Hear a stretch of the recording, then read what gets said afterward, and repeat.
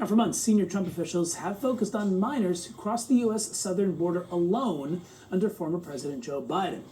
Well, now there are new signs that signal the Trump administration is doubling down on the targeting of those children and their caretakers. CNN's Priscilla Alvarez has more.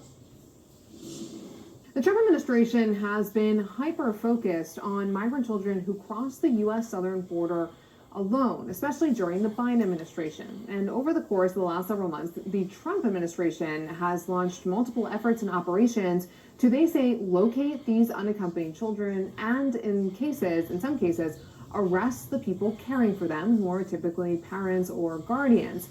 And what federal data has shown us is that those operations have yielded nearly 3,000 arrests. Now, a Homeland Security spokesperson said in a statement that the arrests are primarily a result of human smuggling investigations. But what this reveals is an intense crackdown on unaccompanied children and their so-called sponsors, again, who is typically a parent or family member and who is typically undocumented.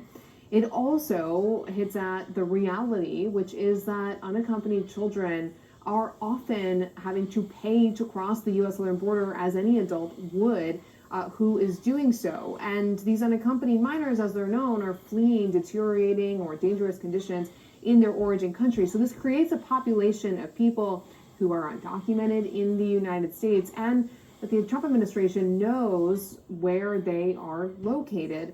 And for that reason, sources say that the White House has used some of these efforts as a way to ramp up deportation because they know the whereabouts of these migrants who are undocumented. Other Trump administration officials say that this is also a humanitarian mission, one that is searching for kids who may be at risk, which has happened. The Department of Homeland Security provided CNN a list where, for example, they had found a woman from Venezuela who sponsored 3 children and was in possession of fentanyl, as well as concerns in other cases of labor trafficking.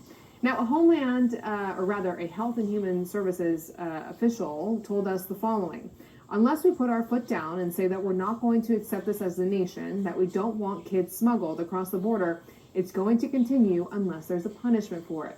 Now, advocates who work with these children say that the safety of these children is paramount, but the concern in this environment is that unaccompanied kids who have since been reunited with their parents may be ripped apart from their parents as part of these operations, and that other children who remain in custody are feeling the immense pressure of this and worrying about the sponsors coming forward to retrieve them from government custody.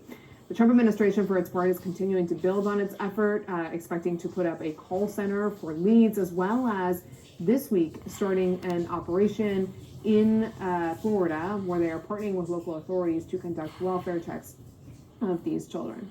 Back to you.